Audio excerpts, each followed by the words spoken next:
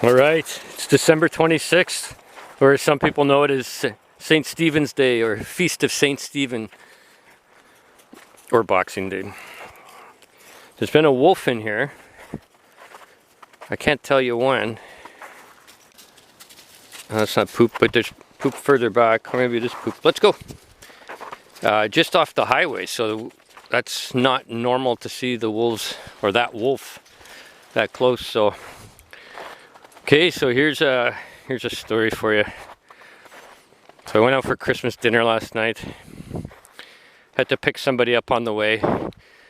So I left the house just almost, let's say 4:30.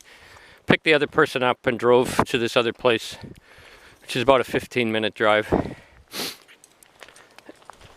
And when we got there, just went in, everything, they talked about how the power had gone off.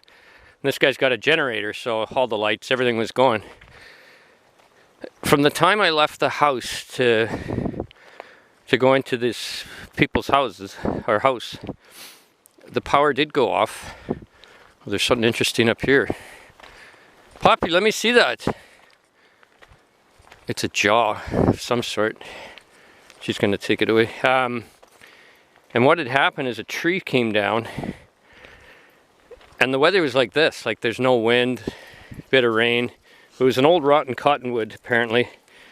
And when you get a lot of rain, of course, the ground gets soggy, and the stability of some of these old rotten trees is compromised. So Poppy, let me see that. That's amazing.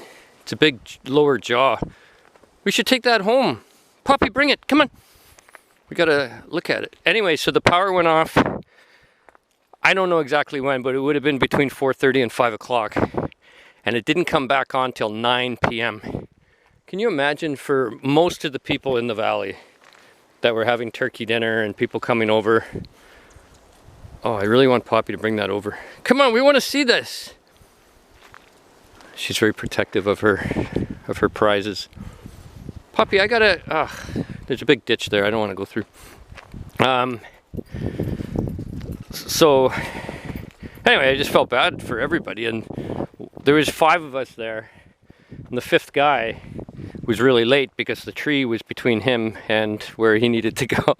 But anyway, this guy, he's been here for quite a while and grew up in this area most of his life, and I'd never talked to him before, and what an interesting dude. He's about 45, works for the hatchery, the fish hatchery. I just was peppering him with questions because it's so interesting about the salmon. So he was super, he wasn't one of those like Mr. Joe Knowledge being all full of himself. He was just a top guy. Actually, I said, where do you live? And he told me, and I said, oh, in that big house. He goes, yeah, I live there by myself with 2 cats. And I thought, there's a guy that I can hang out with. I told him we should have a club of people that don't like people and never have a meeting. No, just a top guy. But anyway, the other thing that he was really knowledgeable on was bears. And I learned quite a bit of stuff that I didn't know. And the one thing I found not fascinating, but really interesting, is that he says, like, during what happens with a lot of sows and cubs, because that's always my little worry, is that the sow protecting her babies, is he says what often happens is when there's people around, the sow will leave the cubs near the people, and then the sow goes off to eat because she knows that the boars will avoid people, so she feels safer having her cubs near people. And that's happened over the years as the bears become, he was really big into, and I totally agree with this, like the river rafting that they have here and all that stuff. The bears have just become used to people. They don't fear them. They're not aggressive towards them. Well, you've chomped off a bunch of that, Poppy. So anyway, so that was a really cool kind of insight. But overall, had a good time. But I got home just before midnight, and I wasn't in bed till after midnight. So I'm usually 3 hours into my sleep by then. So anyway, it's great to have Molly out and the young guns.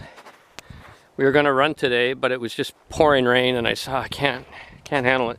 But it's really nice now, so I might go home and just throw on my shoes and go for 5K or something.